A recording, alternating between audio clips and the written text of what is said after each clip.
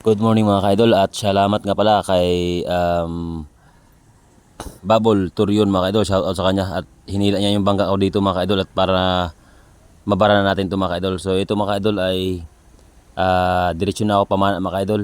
So yan, plaster na yung bangka natin. So ito mga ka-idol ay para pag lumaki ang dagat ay mabara sa atin ng pinakamataas na siya. So ayan mga ka-idol at mamamana pa tayo mga ka-idol pang ulam pa uwi sa bahay. At dito sa area mo ito mga ka-idol ay i-share ko lang mga ka-idol at dito may tao na sinisita ko mga ka-idol na bawal daw mamana dito sa area na ito mga ka-idol. Sa tingin ko mga ka-idol hindi naman to santuary at hindi naman to siya pinagbawal dito. So yan bakit tayo sinaway mga ka-idol. So kasi mga ka-idol ay sasabi niya ay piprotektahan niya yung pinakadulo niya na meron daw siyang alaga doon ng mga lobster na ganun at dahil nga daw ninakawan siya yung mga nakarang taon nawala daw yung mga lobster niya. Ano naman pakialam ko doon mga ka-idol, hindi naman tayo nagnakaw noon. Yung sa atin naman ay mamana natin ng umaga. Alangan naman panain natin yung lobster niya na nandyan siya. Di pangit naman yun mga ka-idol. So share ko lang mga ka-idol bakit ganun, bakit bawal dito yun sa area na yan. Bawal tayo mamana dyan. Siguro mga ka-idol, sa tingin ko mga ka-idol ay siya ay nagbabayad dyan siya ng kanyang pagtatayo ng tulay dyan at paggawa niya doon sa unahan ng kanyang alagaan ng lobster. Siguro nagbabayad din siya sa munisipyo kaya siguro may karapatan din siya sita sa atin mga idol sa area na to na huwag mo masyadong magpalapit sa area na to dahil siguro nagbabayad din siya ng buwis dyan sa kanyang mahabang tulay. Kaya eto na mga idol. Ngayon mga idol ay yun na nga ay nagka-okay na rin yung pag-usap namin mga idol ito at pagpunta ko ng kantuhan pero malayo naman ako dun sa kanyang area. So may nakita kong mga grupong tambaka mga ka-idol at yun nga ay naaliw ako. So binidyo-videohan ko lang siya mga ka-idol dahil napakaganda tignan at napakapal ng tambaka mga ka-idol. At ayun nga mga ka-idol ay nagtaka ako at bakit nagulat yung tambaka mga ka-idol at ayun pala may malaki. At yun, nakatira tayo ng isang piraso mga ka-idol at yun. So yan, at may pang-ulam na tayo. So hindi naman nakita naman sa video mga idol, malayo tayo sa area niya at malayo naman yung kids niya nang sasabi niyang lobster. So yung isda ang lumapit sa atin. So eto, may pang-ulam na tayo mga idol.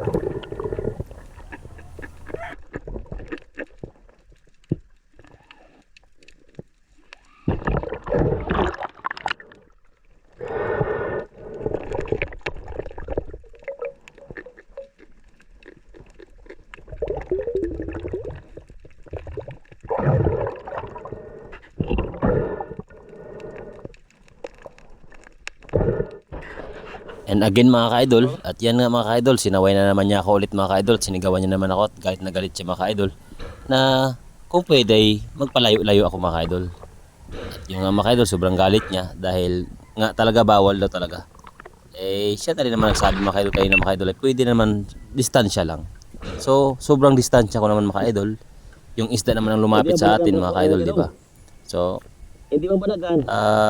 Boss Dodong, pasensya na po, yung isda ang lumapit, naman lang po tayo ng pang-ulam at hindi naman tayo magnanakaw sa iyong lobster. So ayan, pasensya na po at wala naman tayong ginawang masama mga ka-idol. So yan mga ka-idol, pasensya na, Boss Dodong,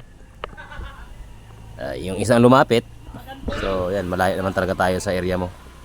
So yan, at bakit tayo pinagbabawalan sa area na to. At yung nga baka nagbabayad na rin siya ng buwis niya dyan sa kanyang mahabang tulay.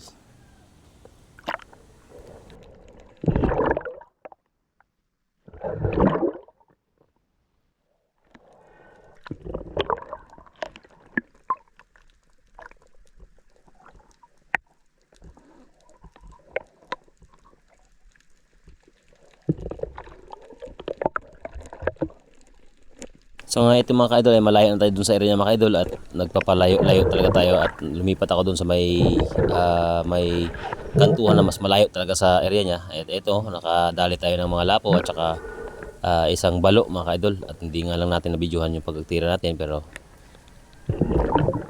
is in case mga idol ay nakuha natin. So dito tayo sa area na to mga idol.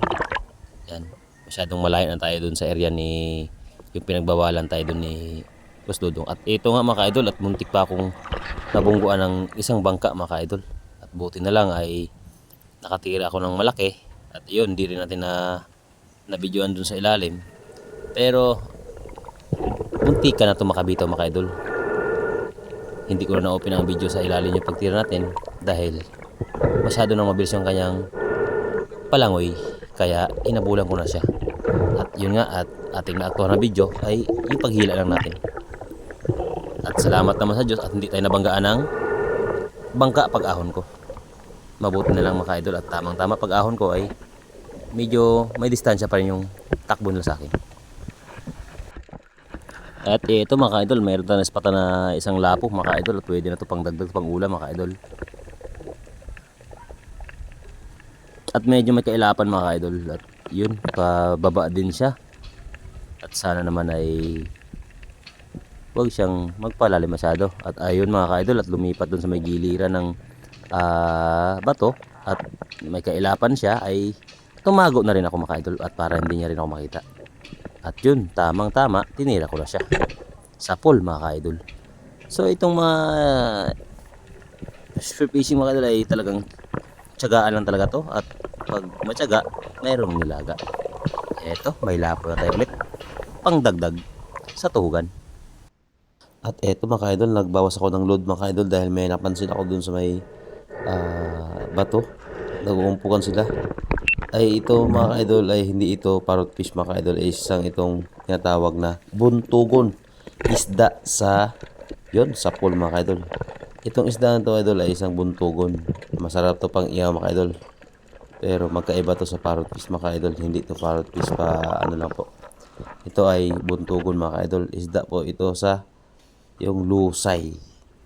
So ayan mga ka-idol, nagpatabi muna ako mga ka-idol dahil medyo napagod na rin ako sa kalangoy mga ka-idol. At ito, yung nadali natin lahat mga ka-idol. Dahil dito ay mag-start na rin tayo pabalik doon sa bangka dahil maghapon na po kasi mga ka-idol. Kaya pwede na rin ito pang uwi natin mga ka-idol. So mag-iihaw pa rin tayo doon sa at tinitipid natin yung ating battery mga ka-idol dahil yung dala nating battery mga ka-idol ay isang piraso lang po mga ka-idol. So yan, tinitipid-tipid ko lang. So ito po lahat ng ating huli mga ka-idol. Thank you Lord, and salamat sa grasya na ibinigay mo. At di ko akalain na makakahuli tayo ng ganito gandang isda. Habang pabalik na tayo dun sa area mga ka-idol, dun sa pinagbarahan natin ng bangka mga ka-idol, ay nagload na ako. At yun, at habang